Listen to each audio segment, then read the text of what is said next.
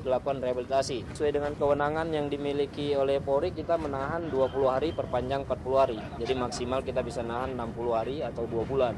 Setelah itu kita akan limpahkan ke kejaksaan. Perlu ya. memang kalau memang perlu ada bilang rehabilitasi. Maunya sih kan memang kalau memang kecenderungan itu seperti perlu itu diurus. Ya harus diperbaiki perlu kan. diurus.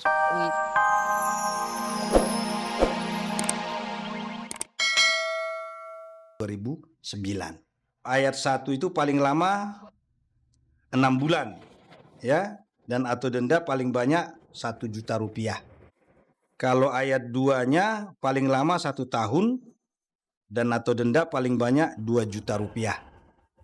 Dan ayat 3-nya paling lama 5 tahun, denda paling banyak 10 juta rupiah.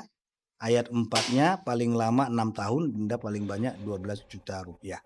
Itu ancaman maksimal daripada ketentuan pasal 310 tersebut. Hal tersebut diatur memang di dalam Undang-Undang Pengadilan Anak ya. Akan tetapi yang mana yang akan dilakukan hakim, tentu pertama hakim akan membuktikan dulu apakah perbuatan pidana yang didakwakan itu terbukti atau tidak.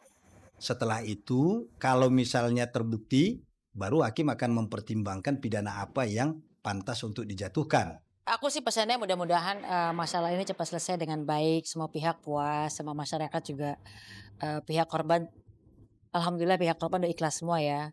Itu yang mungkin bisa meringankan dulu karena memang tidak ada, alhamdulillah sampai hari ini belum ada tuntutan dari keluarga korban. Itu yang mungkin bisa meringankan Dul.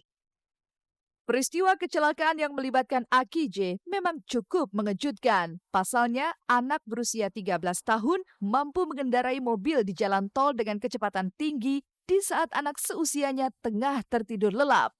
Ironisnya, Aki J belum mengantongi surat izin mengemudi.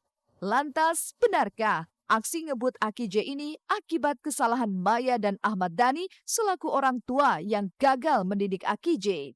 Kalau dibilang Dul tuh juga salah orang tua ya saya memang menerima karena memang Dul ini masih di bawah umur dan dia memang tanggung jawabnya orang tua ya kan. Orang tua tuh harus memberitahu yang mana yang baik mana yang enggak ya kan. Kalau dibilang salah orang tua, betul salah orang tua memang gitu karena memang ya ini tanggung jawab saya dan Mas Dhani ya kan. Nggak apa-apa memang itu bagian dari part yang harus kita terima bahwa dulu kan bukan dalam kesengajaan dia membunuh orang ya kan. Ada korban yang meninggal. Tapi bukan karena dulu sengaja untuk membunuh, tapi aku bilang pelajari aja para nabi.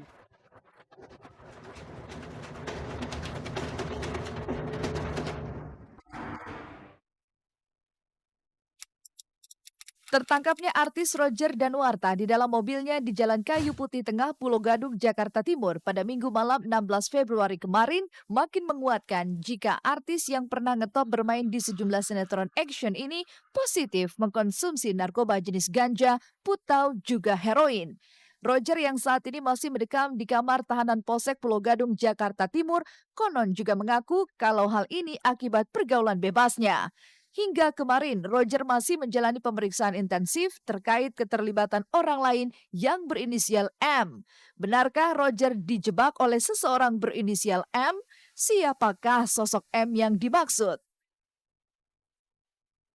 BAP tambahan. Adapun BAP tambahan ini adalah kita untuk mendalami informasi yang disampaikan awal dari saudara RW terkait RD terkait dengan adanya inisial M yang sesaat sebelum dia melakukan itu berada padanya.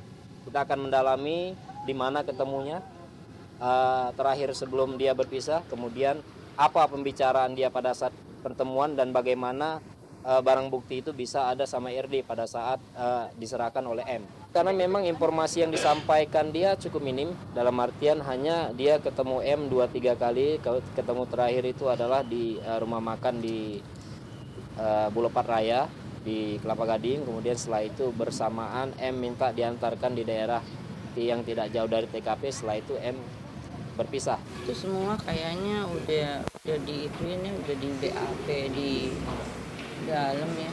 Itu polsek. Enggak, aku nggak.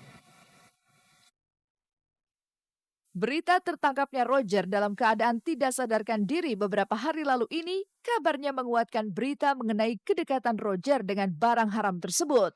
Jika kali ini Roger kembali bergulat dengan barang haram itu, apakah sebuah kebetulan atau Roger memang seorang kecanduan kelas berat?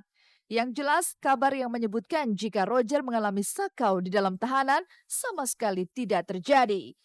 Kita tidak bisa pastikan masalah dia sudah lama atau baru untuk mengkonsumsi itu, tergantung dari M ini.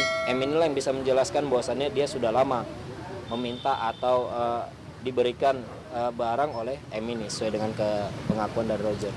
Memang di posisi tahanan kita sekarang ada 10 tahanan. Roger kita gabungkan di dalam 2 tahanan lain, artinya mereka satu ruangan hanya 3 orang. Dari 2 orang yang menjaga Roger, kita khawatirkan dia nanti sakau atau apa.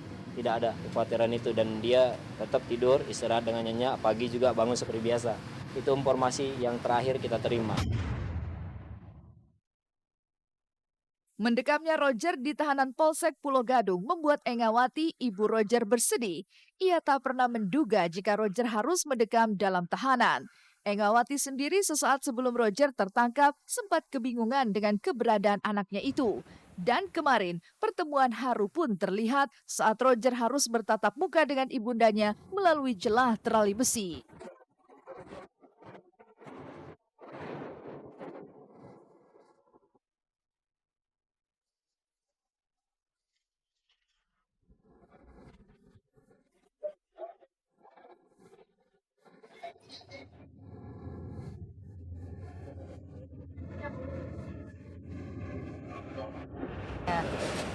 Gak bisa menerima ya yang namanya kita keseharian kebersamaan di luar seperti apa, dan mereka melihat keadaannya itu berubah besar sekali. Untuk Michael sama Sasa itu sepertinya terhantam hati kecilnya itu, sepertinya tidak seharusnya dia seperti itu. Jadinya ya seperti inilah. Mana karena hari itu nggak pulang, malamnya itu nggak ada gitu loh. Makanya itulah akhirnya ketemu dalam keadaan begini, kan cukup kaget juga ya keluarganya. Kesedihan keluarga Roger pada saat waktu kunjungan kemarin dirasakan pula oleh sahabat Roger, Zakli. Zakli yang tengah menyandang status tersangka akibat konfliknya dengan Mario Lawalata di sebuah kafe beberapa waktu lalu, tak menduga jika pertemuannya dengan Roger itu harus terjadi di ruang tahanan. Selama saya kenal dia orang sangat baik sama semua orang, sangat sweet, sangat berbelah hati, nggak pernah ada masalah di luar. Salah ya kan? Dan pada akhirnya saya mengatakan, saya cuma prihatin sama Rogernya yang saya kenal, yang di luar itu semua. Apa yang mungkin gitu.